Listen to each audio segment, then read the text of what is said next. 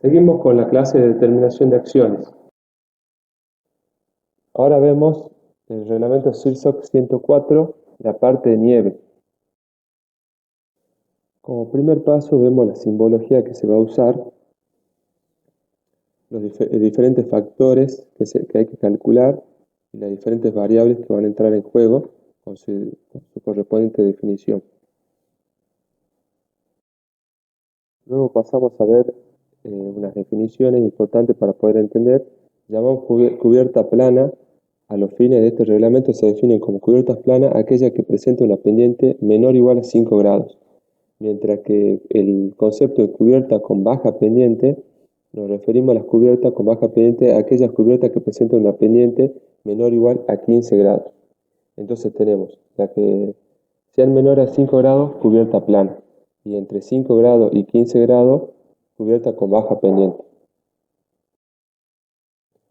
Comenzamos a ver el concepto de carga de nieve a nivel de terreno, simbolizado con la P sub G.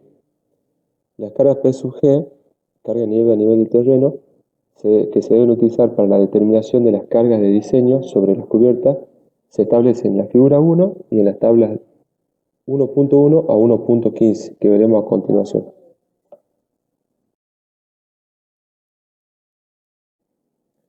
En la figura 1, distribución de carga de nieve en la República Argentina, vemos esquemáticamente la región de la Argentina en la cual se considera que existe carga de nieve, que puede llegar a existir carga de nieve.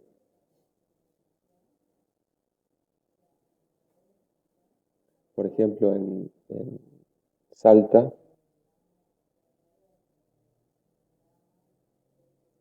vemos la parte de Iruya, Santa Victoria, y después La Poma, San Antonio de los Pobres. Bien, pasando a las tablas 1.1 a 1.15, que estipulan la carga de nieve a nivel de terreno, P sub G, de la 1.1 a 1.15.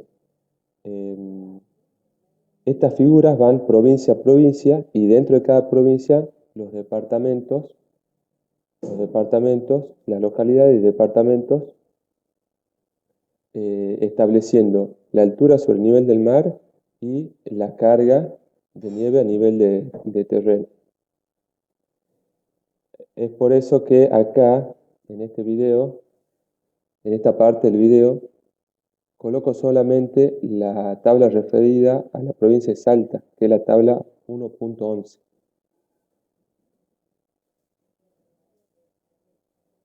En esta vemos la zona, como se veía en la figura 1, la zona donde se considera carga de nieve, y en esa zona los departamentos que están involucrados, localidades y departamentos que están involucrados. Y luego en la tabla vemos la localidad, departamento, altura sobre el nivel del mar y la carga de nieve a nivel de terreno. Cachi, por ejemplo, 0,3. San Antonio de los Pobres, 0,9. La carga está en kilonewton por metro cuadrado.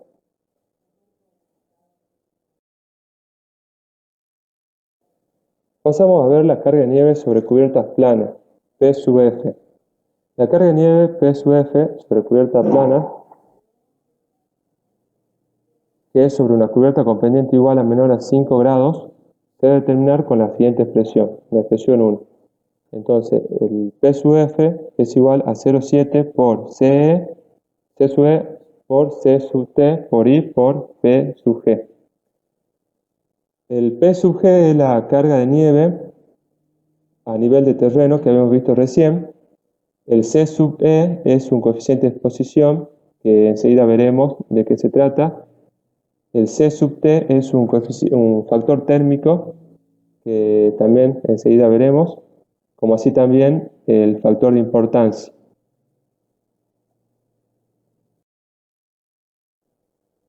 El factor de exposición se obtiene a partir de la tabla 2. El factor térmico se obtiene a partir de la tabla 3. Y el factor de importancia se obtiene a partir de la tabla 4. Estas tres tablas, será la tabla 2, tabla 3 y tabla 4, la explicaremos a continuación.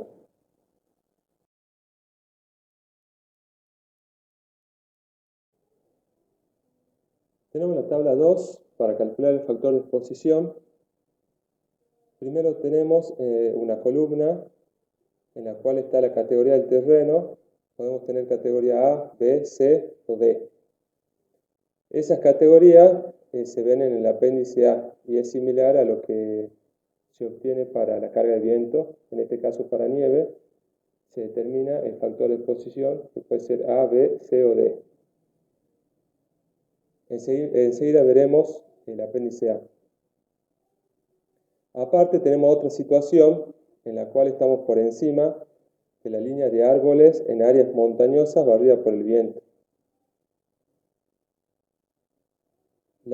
Aparte de la categoría del terreno, categoría de exposición, tenemos una categoría de exposición de la cubierta, en la cual tenemos tres condiciones: totalmente expuesta, parcialmente expuesta o protegida. La definición de estas tres categorías de exposición de cubierta la tenemos aquí, un poquito más abajo.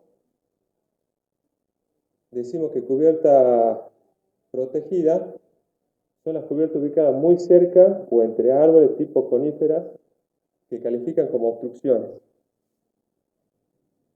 Cubiertas totalmente expuestas son las cubiertas expuestas en todos sus lados, sin la protección aportada por el terreno, por estructuras más altas o por árboles. Estos dos asteriscos es una aclaración de la protección que menciona. Esa aclaración nos dice que la obstrucción es comprendida en una distancia de 10 H0. Esta H0 es la altura que hay entre la cubierta y la cima de la obstrucción. Entonces, la obstrucción es comprendida en una distancia de 10 H0, brinda protección siendo H0 la altura de la obstrucción por encima del nivel de la cubierta, que es lo que estaba diciendo. Si las únicas obstrucciones son unos pocos árboles de hojas caducas que están sin hoja en invierno, se deberá utilizar la categoría cubierta totalmente expuesta, excepto para terreno de categoría A. Es decir que si los árboles que pueden presentar algún tipo de obstrucción se trata de árboles secos en invierno, no tienen hojas, no se lo puede tomar como obstrucción, entonces la cubierta pasa a ser cubierta totalmente expuesta. Y cuando habla de categoría A, como para recordar, porque es similar para la carga de viento, la categoría A era un terreno en el cual más del 50% eran edificios en altura, o sea, más bien una ciudad. Es por eso que en esa categoría sí se puede tener en cuenta las obstrucciones y el criterio de los 10 BSHC. Ahí sí. Pero en las demás categorías hay que estudiar bien si realmente son obstrucciones o no. Y siempre tomar el caso más desfavorable. Se hace notar que estas son alturas por encima de la cubierta. El H0 es por encima de la cubierta. Las alturas utilizadas para establecer las categorías de terreno en el apéndice A son alturas por encima del suelo. Entonces, determinando el tipo de exposición de la cubierta y la categoría de exposición del terreno, podemos determinar el factor de exposición. Este símbolo N barra H barra A, quiere decir no aplicable. La categoría del terreno y las condiciones de exposición de la cubierta elegidas deben ser representativas de las condiciones previstas durante la vida útil de la estructura. O sea que tenemos que prever todas las condiciones que pueden pasar en la vida útil de la estructura y de ahí determinar realmente la categoría de terreno y la condición de exposición de la cubierta. Se debe determinar un factor de exposición para cada cubierta de una estructura. Cuando analizamos una estructura, considerar todas las cubiertas de esa estructura y a cada cubierta definirle el tipo de exposición de cada cubierta.